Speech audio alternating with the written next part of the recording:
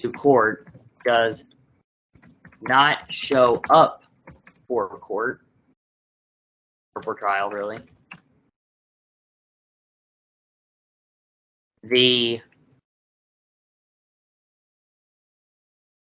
nearest or appointed law enforcement officers will be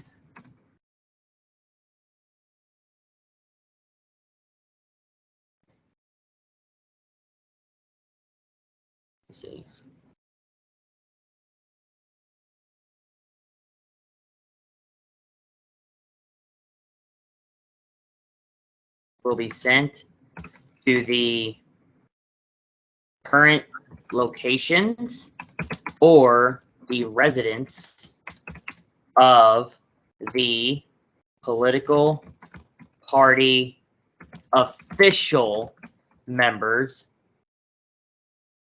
not including political party voters, unless some or a few are involved in violating the NICS administrative regulation.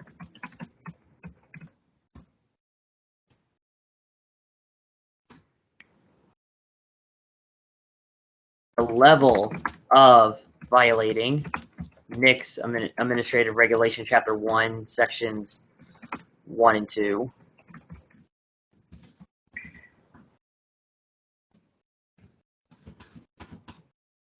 Shall be labeled as a Class D misdemeanor. And if convicted, it shall be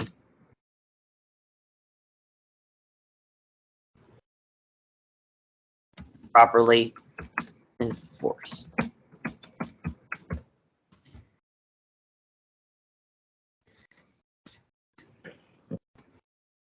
There we go. Okay. Yeah, because violating those two sections is a Class D misdemeanor, and I'll put a constant thing in there, because like if they keep doing it, like it says, multiple accounts. So if you keep on doing it, right, your money is going to go up. Okay, so like you can get charged. We do have a double jeopardy thing, so we don't have double jeopardy. Double jeopardy is not allowed. However, if you have multiple counts of the same crime, you can still be convicted of that, because you're being convicted of the same crime on the same day.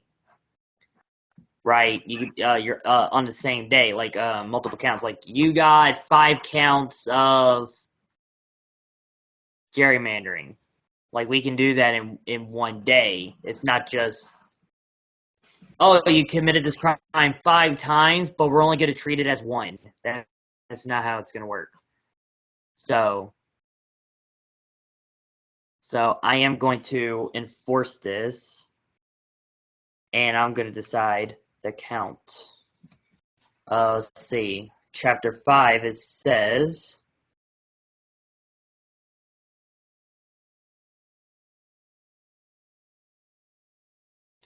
it doesn't necessarily say how many. Yeah, it just says multiple counts. So I can literally put, I am going to be fair, but I'm not going to be dumb either. So if done more than 3 times, I will level that crime as a Class A misdemeanor, and I will enforce the law appropriately in that manner.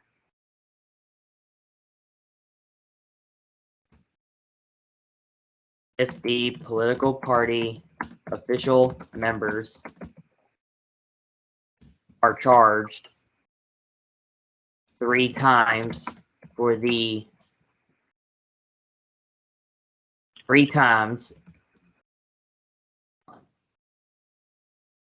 for violating NICS Administrative Chapter 1,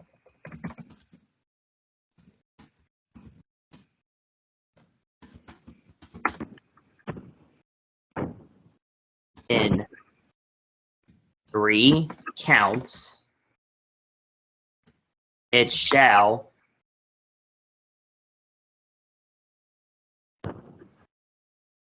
appropriately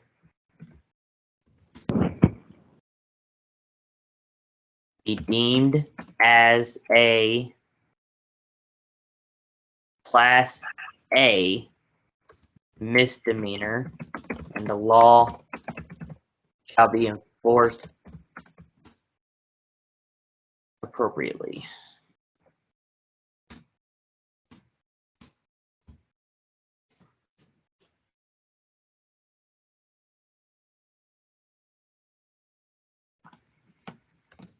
Enforced appropriately. Oh, what's the date? January 26th. Okay.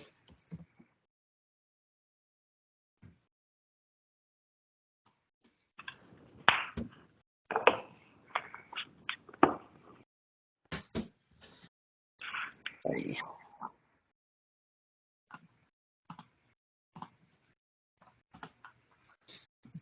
There we go. All right, Senator McGuire, would you like to read my draft for Executive Order 7? 7. Let me see if I have it. No, I literally just made it. Do you want to see it? Oh, sure, definitely. All right, here it is. All right. Yep. It says Executive Order from the Prime Minister of the Queen of Manix regarding the enforcement of the prohibition of gerrymandering. I, Austin Nelson, Prime Minister of the Queen of Manix, pursuant to the authority granted under Article 2 of the Constitution, do hereby write and sign this Executive Order. If a political party based in the Queen of Manix violates Nix Administrative Regulation Chapter 1, Sections 1 and 2, shall be prosecuted to the fullest extent of the law in this following manner. Political parties that has violated Nix Administrative Regulation Chapter 1, Sections 1 and 2 will be given a week notice to appear in court to stand trial. 2. The political party that has been prosecuted and summoned to court does not show up for trial. The nearest or appointed law enforcement officers will be sent to the current locations of the residence of political party official members, not including political party voters, unless some or a few are involved in violating the Nix Administrative Regulation. Part 3, the level of violating Nix Administrative Regulation, Chapter 1, Sections 1 and 2 shall be labeled as a Class D misdemeanor. If convicted, it shall be properly enforced. And 4, if the political party official members are charged for violating Nix Administrative Regulation, Chapter Sections 1 and 2 and 3 counts, it shall appropriately be deemed as a Class A misdemeanor, and the law shall be enforced appropriately. No, looks like it's very well put together from what I can see.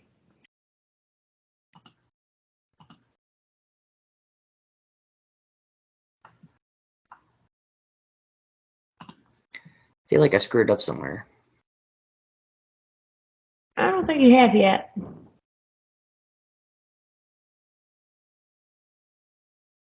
Okay, there's a typo. So technically, political parties cannot.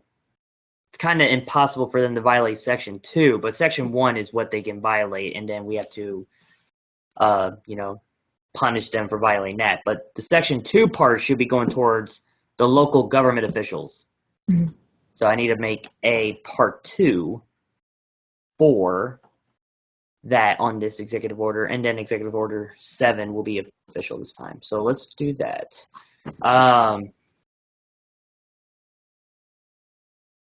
Let's see.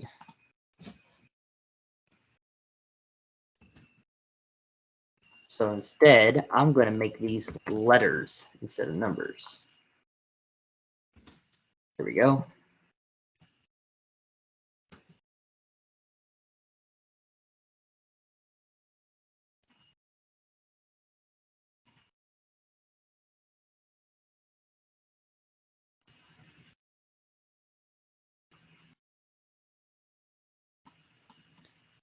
Now, however, though, for the local government officials that violate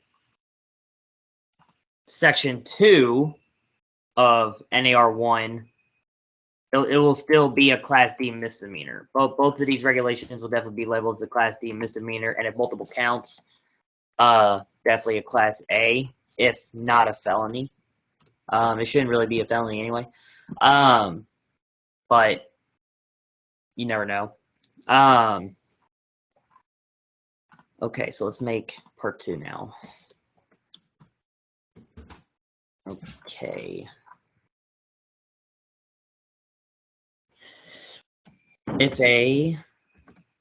Part 2. If a local, federal, county government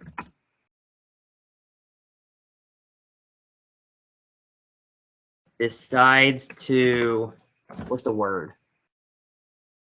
The only word I could think of is single-handedly, so I'll use that word. Single-handedly decide to change their local district maps, or really district maps without the consent of the people,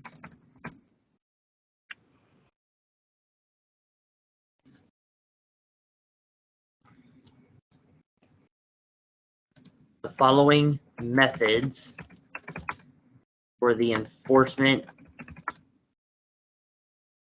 of NAR, Next Administrative Regulation, Chapter 1, Section 2,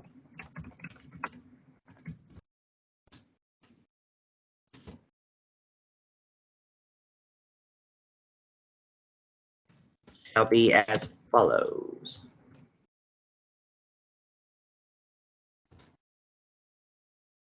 Okay.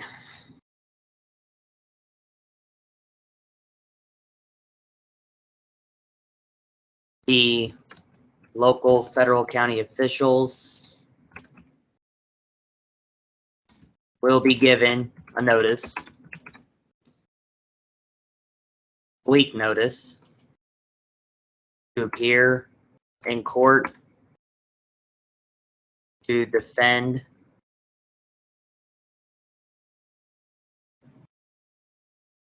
or really for defense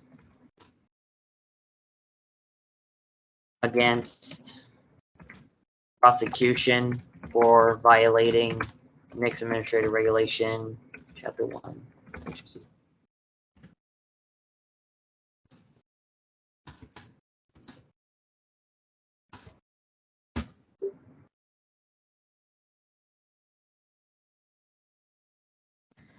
This order includes all elected local, federal, county officials that are currently seated.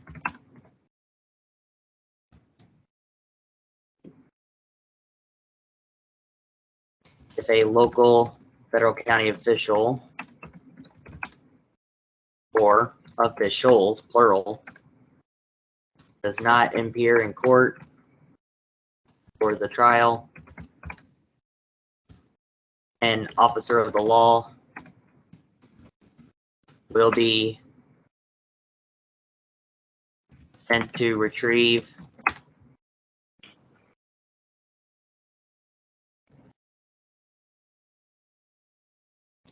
the local, federal, county official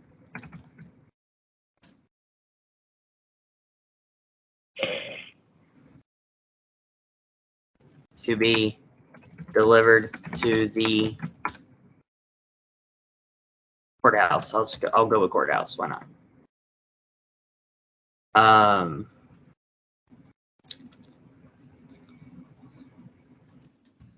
Violating Section 2 of Next Administrative Regulation, Chapter 1.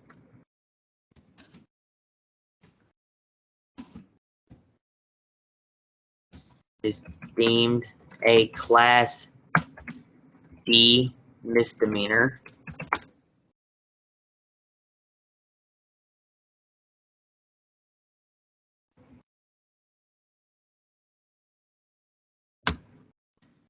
Multiple violations of Section 2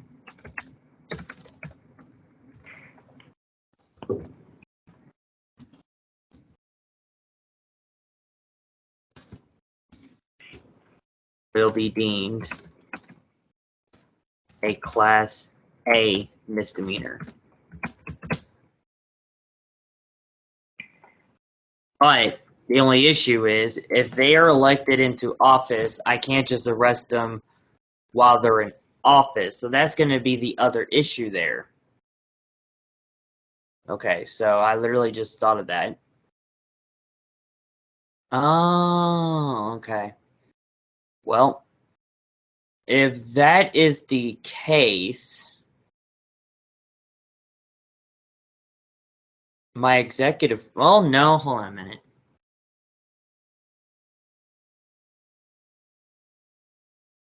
You know what? No. No.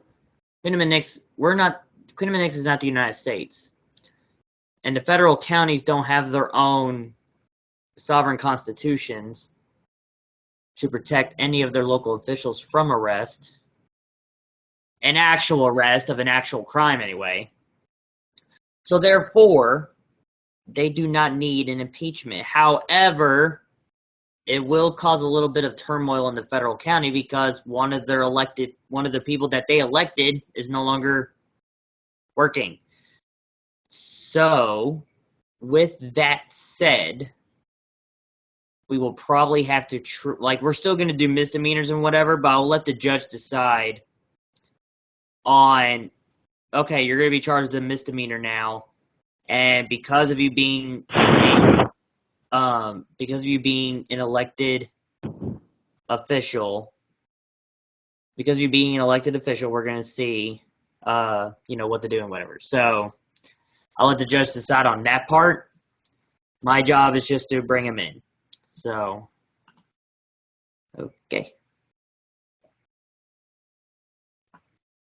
All right, there we go. That is part 2. Yeah, excuse me. But yep, that's part 2. All right. There. My 7th executive order is done, and I'm just going to pretend that I'm signing it. Executive order 7. Actually, hold on. No, I lied. Okay, it looks like it's still us attending. So, because I lied, I'm not going to sign this executive order. What I am going to do is I move to vote that Executive Order 7 should be signed by me and enacted as an executive order. So we're gonna do a roll call vote of my Privy Council advisors or senators, see what they think about it. So since only Senator Bree is here at this time, Senator Bree, do you have any statement, comments, opinions, and what is your vote on Executive Order 7? Opinion wise, I like what we got written down so far. I don't know if we need to make anything else at the top of my head, but I vote aye. All right. Anybody else? Voting aye? Actually, hold on. I might have to read the procedural bylaws because I think that might need a second. Give me a second. um, where is it? Here it is.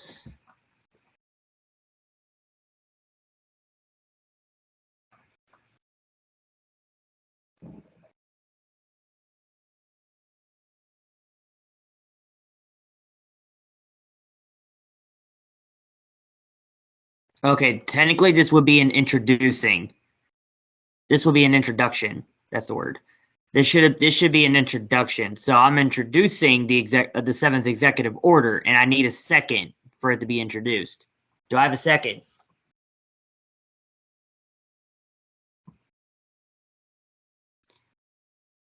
Does anybody second to introduce executive order 7? Anybody second? Aye. I You second the said- motion. Okay. Senator Bree seconds the motion. Do I have any objections? No? Okay. No objections? Okay. All right. All right. In that case, we will move forward with Executive Order 7. All right. We already have our opinions on it, which is okay. It's our first time doing Robert's Rule of Order, so we're going to keep practicing with it. It's all good. I've already got your opinion on it, and I've already heard your vote. So, okay, so your vote is yes on passing Executive Order 7. Hmm. Okay. All right. Anybody else? No, I only got one advisor in my 3-man Privy Council of Advisors. Okay, apparently. All right. Since you're my only advisor, if you think the bill's okay, I think the bill's okay. I wish the other two were here to give me their opinions, but they're not. Mm. I thought Senator Ross was going to be here. He's probably still driving, so we'll let him drive safely wherever he's going. Hopefully, he'll make it to the meeting later. All right. In that case, I'm going to sign Executive Order 7. And enact it and activate it and whatever the word is. So yeah. All right. I will now officially sign Executive Order 7. All right. Let's move on to the next regulation because that's still the agenda of the day. So that was all of that was Regulation Chapter 1. Now let's go to Regulation Chapter 2. So, all right. So this one's good. I'm going to make a copy of this one again. So this will be my 8th executive order. Copy. Now we'll take this away. And then, okay. All right. This one doesn't necessarily have a title on the inside of it. It does have a title, but it's more on the head of the document than actually on the document itself. So I'm sending you that. So NARA 2 is about the Treasury, and there's literally only one regulation section on it. That's literally it. So it says the money for the items bought for the purpose of serving the government and equipment mix must come from the Treasury.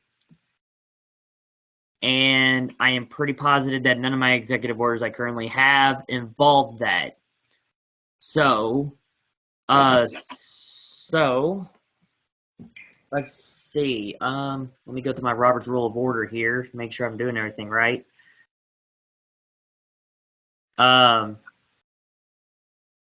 Actually, it's another introduction. So I'm introducing NAR2 to the floor for discussion. Do I have a second? I second the motion. All right, we are now in discussion of NAR2. All right. Now back to talking again. Okay, so Senator Bree, I'm gonna have you the floor.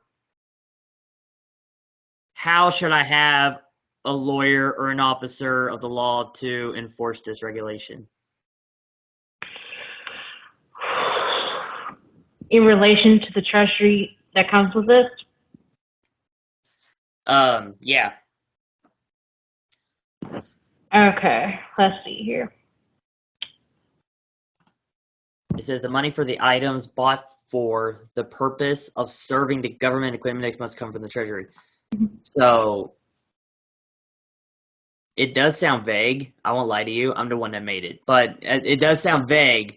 But it is meant for it is meant for government officials. So if you're a government official, technically you shouldn't be spending your own personal. Well, you technically should because you're getting paid by the government. You're getting paid by the Treasury, but we're not. We're not getting paid by the Treasury right now. So no, I mean, unless it's Nixie pounds, we're getting paid in Nixie pounds. Mm-hmm. But in our current situation, we're not getting paid in U.S. dollars, and that's what our Treasury is filled with right now. So until our Nixie pound actually starts getting a value thing going, that's all we got. So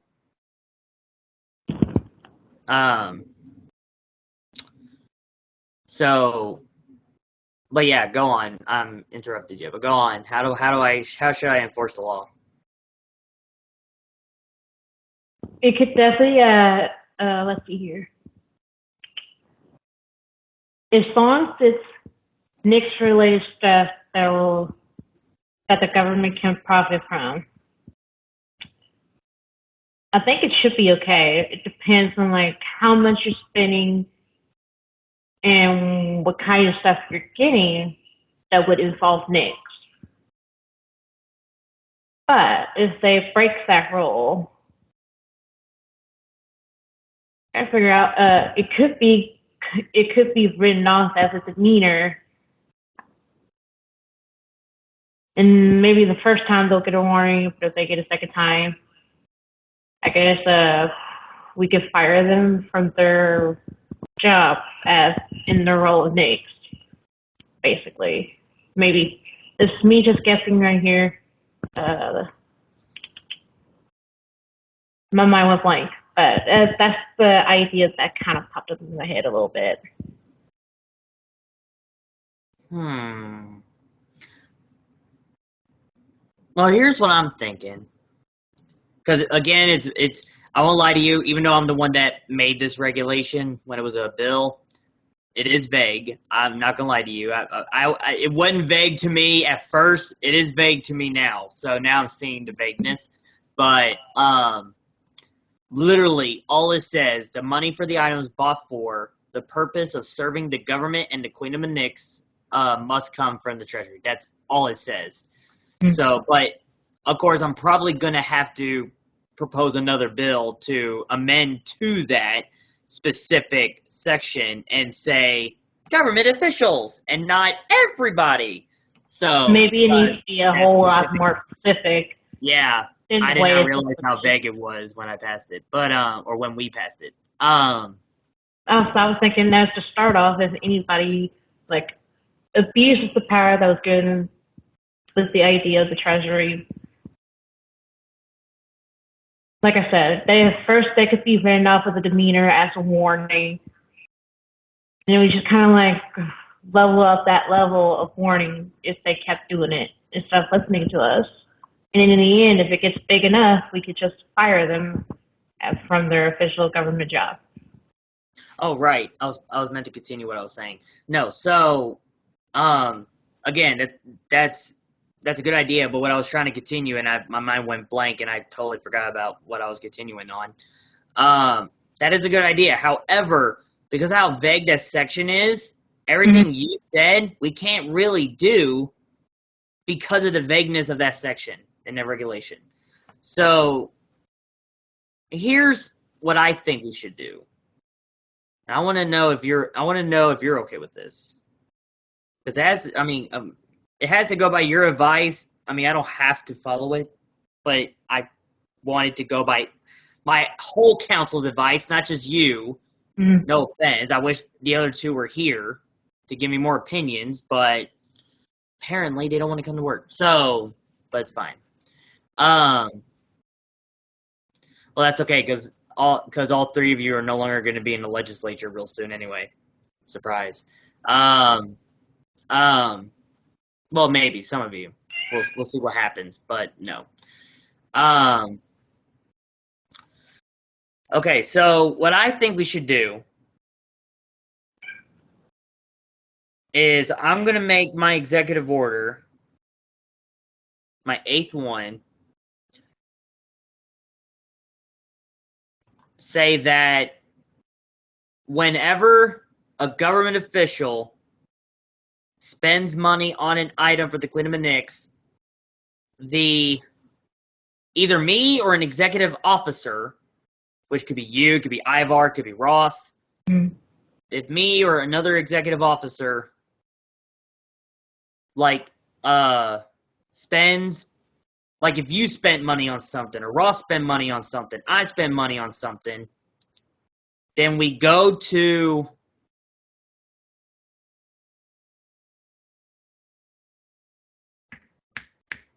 hold on.